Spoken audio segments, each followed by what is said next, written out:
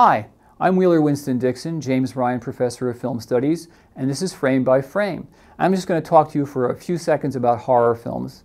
Horror films started in the 1890s with Georges Méliès's first films of fantasy, and also Thomas Edison made early splatter films like The Execution of Mary Queen of Scots in 1896.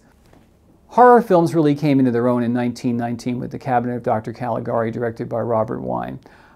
This was the first film about a serial killer and led to a whole series of other German films like Waxworks and Faust, all of which had supernatural themes. And many of these filmmakers formed a school called German Expressionism, and they fled to the United States when Hitler came to power and wound up at Universal. And therefore we have the Universal cycle of movies with Frankenstein, Dracula, The Mummy, The Wolfman.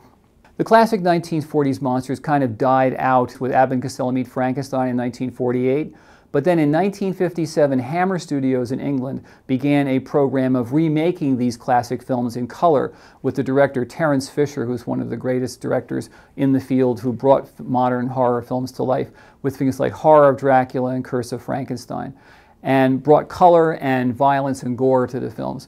Horror films continue to be incredibly popular today. Of course, George Romero with Night of the Living Dead took it to the next level of violence after that. Last House on the Left, Jason, the Jason films, Nightmare on Elm Street. Basically, horror is always going to continue to offer us something which is we can't get anywhere else in life.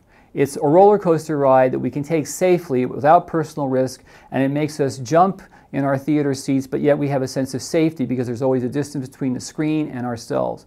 I've just written a book very recently called A History of Horror, which is about this topic, and basically traces our fascination with horror films from 1896 to the present. So whether you're watching a classic horror film or Piranha 3D, horror films continue to be popular with audiences around the world, and one can see why. They offer safe thrills.